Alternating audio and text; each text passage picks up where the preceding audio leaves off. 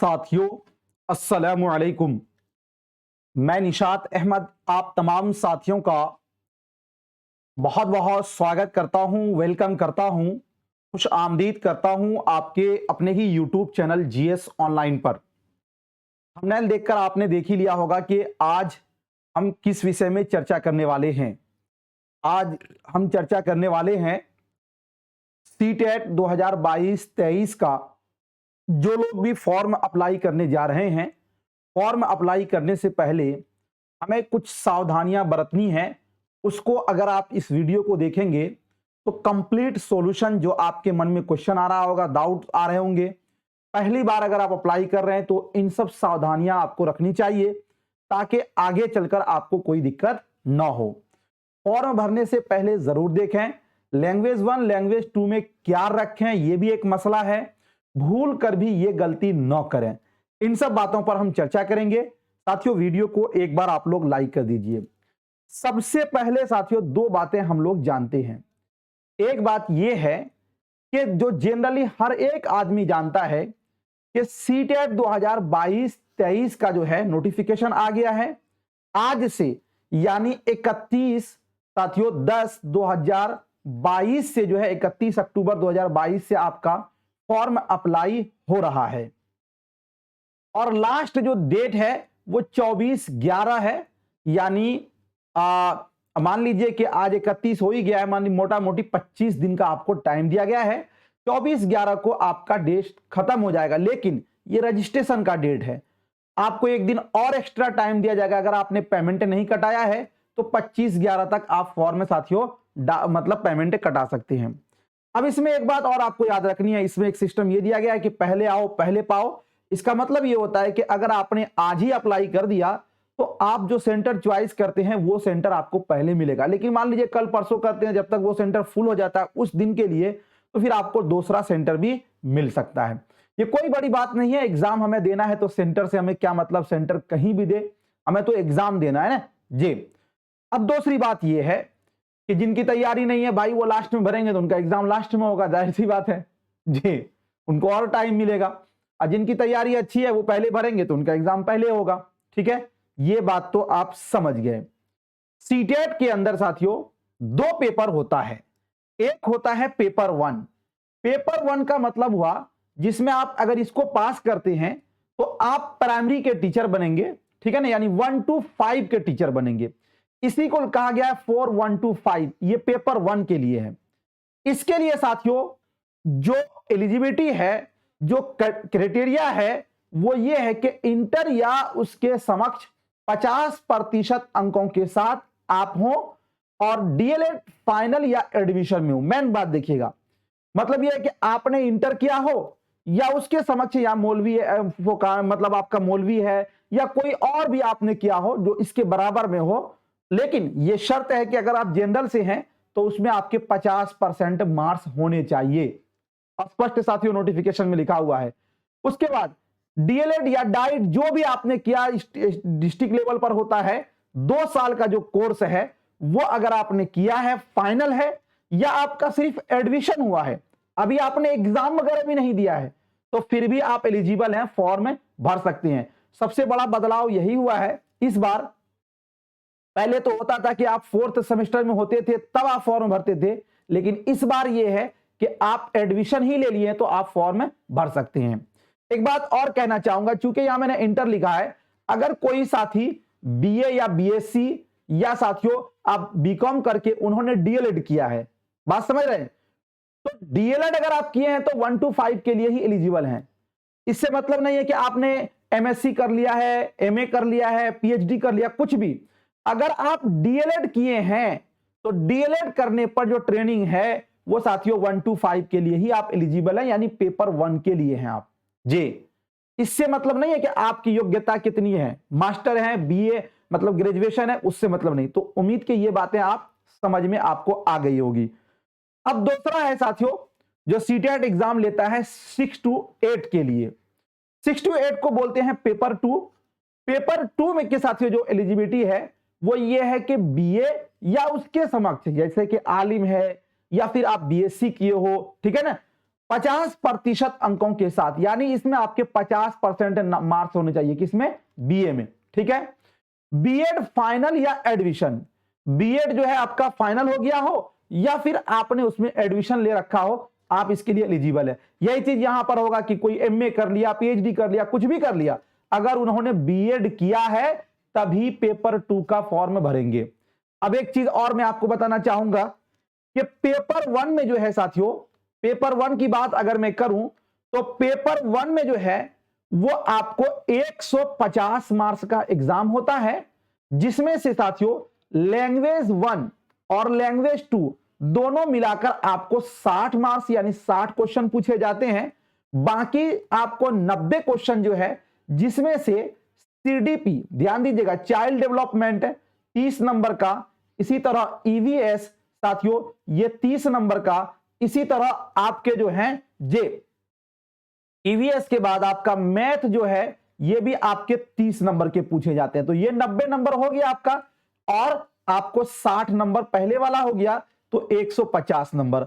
General category से आप होंगे तो आपको सिर्फ और सिर्फ 90 मार्क्स चाहिए पास होने के लिए, यानी आप 90 मार्क्स हो जाएगा तो आप क्वालिफाई हो जाएंगे। लेकिन याद रखिए जितना आपका हाईएस्ट मार्क्स रहेगा वो आपको आगे नौकरी में उतना फायदा देगा। ये दोनों चीज आप लोग समझ गए होंगे, आई होप कि।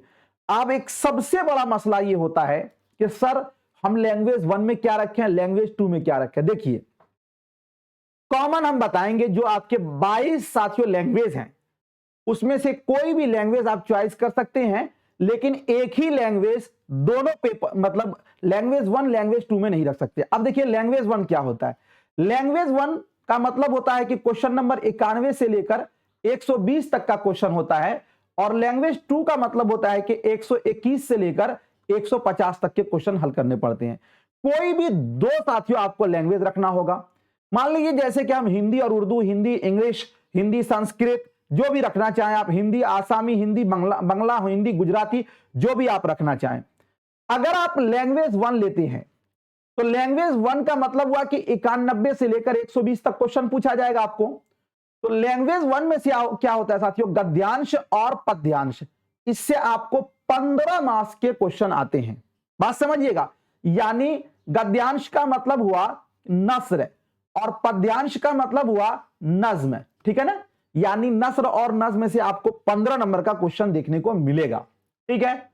और साथियों 15 मार्क्स का जो है आपको पेडागोजी मिलेगा। लैंग्वेज 1 की बात कर रहा हूं, 30 नंबर हो गया।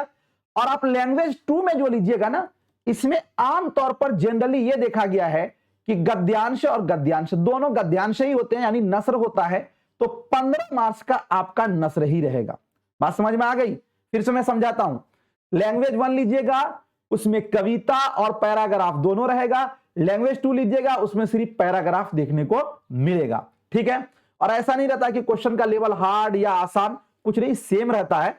लेकिन यह है कि आप देखिए कि कविता का मतलब आप समझ के आंसर निकाल ले रहे हैं तो ठीक है, लैंग्वेज 1 ले लीजिए। अगर नहीं तो आपको पैराग्राफ आसान लगता है तो लैंग्वेज 2 ले लीजिए, ठीक है। यह बात आप समझ लीजिए। अब दूसरी बात यह है कि कुछ लोग साथियों उर्दू वाले, जिनको दिक्कत हो रही है कि हम लैंग्वेज 1 में उर्दू रखें या लैंग्वेज 2 में, तो ध्यान दीजिए, अगर आप लैंग्वेज 1 उर्दू लेते हैं तो इसमें साथियों नस्र और नज्म दोनों आपको पूछा जाएगा, दोनों से 15 नंबर रहेगा, ठीक है। और अगर आप लैंग्वेज 2 लेते हैं उर्दू, तो इसमें जो है ना दोनों आपके नस्र रहेंगे, दोनों क्या रहेंगे, पैराग्राफ ही रहेंगे। इससे आपको 15 मार्क्स का, बाकी 15 पेडागोजी आपको पूछा जाएगा। मेरा अपना अनुभव है, अगर आपकी उर्दू बहुत अच्छी है तो तब आप लैंग्वेज 1 उर्दू लीजिए। इससे क्या होगा कि आपका नंबर आगे हाईएस्ट बढ़ेगा। देखिए 1 नंबर 2 नंबर बहुत मायना रखता है। अभी तो लगता नहीं कि आपको माने नहीं रखता, लेकिन बहुत मायना रखता है 1 नंबर 2 नंबर। अगर आपकी हिंदी अच्छी है, बहुत ही अच्छी है, स्ट्रांग है, तो आप लैंग्वेज 1 में हिंदी लीजिए, लैंग्वेज 2 में उर्दू लीजिए। ऐसा नहीं कि क्वेश्चन का लेवल बहुत हार्ड या आसान रहता, नहीं, वो तो एग्जामिनर पर साथियों ये करता है। तो आई होप कि ये चीजें आप समझ में आपको आ गई होगी। दूसरी बात ये कहता हूं साथियों कि देखिए अब ये होता है कि कुछ लोग ऐसे हैं जो फॉर्म अप्लाई कर रहे हैं, फॉर्म में उनका जो है ना डॉक्यूमेंट में नाम कुछ और है, बाप का नाम कुछ और है, डेट ऑफ बर्थ कुछ और है, आधार कार्ड में कुछ और नाम है। तो आपको आधार कार्ड को मतलब नहीं है, आधार कार्ड से फॉर्म नहीं भरवाइएगा, बल्कि ध्यान दीजिएगा 10th क्लास का जो आपका मार्कशीट है, ठीक है ना, उसी को लीजिएगा और उसमें जो नाम, जो स्पेलिंग, जो फादर्स नेम, जो मदर्स नेम, जो डेट ऑफ बर्थ है, उसी से फॉर्म भरवाइएगा। आधार कार्ड को बेस न बनाइएगा।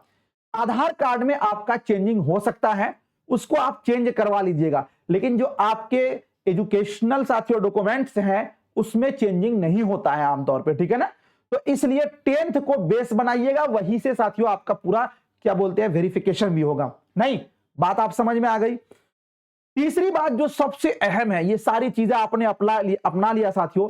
अगर मान लीजिए आप जिसके पास फॉर्म भरने जा रहे हैं वो नौसिखिया है, यानी नया नया वो फॉर्म भर रहा है, तो जाहिर सी बात है बहुत सारी चीजें होती है फॉर्म भरने में, वो गलती कर देंगे। इसलिए आप जहां भी फॉर्म भराइए, ये पहले आप संतुष्ट हो जाएं कि जो अगला फॉर्म भर रहा है वो बहुत ही अच्छा जानकार हो, ताकि साथियों हमारी सारी मेहनत रायगा न चली जाए। मैं बताता हूं साथियों कि हमारे बहुत सारे बच्चे यहां तैयारी करते हैं।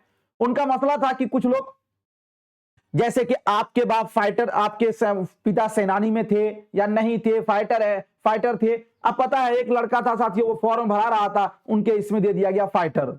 अब वो फाइटर है नहीं। बहुत सारा ऑप्शन होता है, तो जो अगला फॉर्म भरने वाले को पता ही नहीं कि इसका मतलब क्या होता है, तो वो तो कुछ भी टिक लगा देगा। और जब आप टिक लगा देंगे तो उसमें नो चेंजिंग, बाद में आपको पता ही नहीं चलेगा, क्योंकि आप तो कंफर्म रहेंगे हमने सही फॉर्म भराया। तो फिर आप जब साथियों उसका ऑप्शन भी आएगा सुधार का, तो आप नहीं कराएंगे।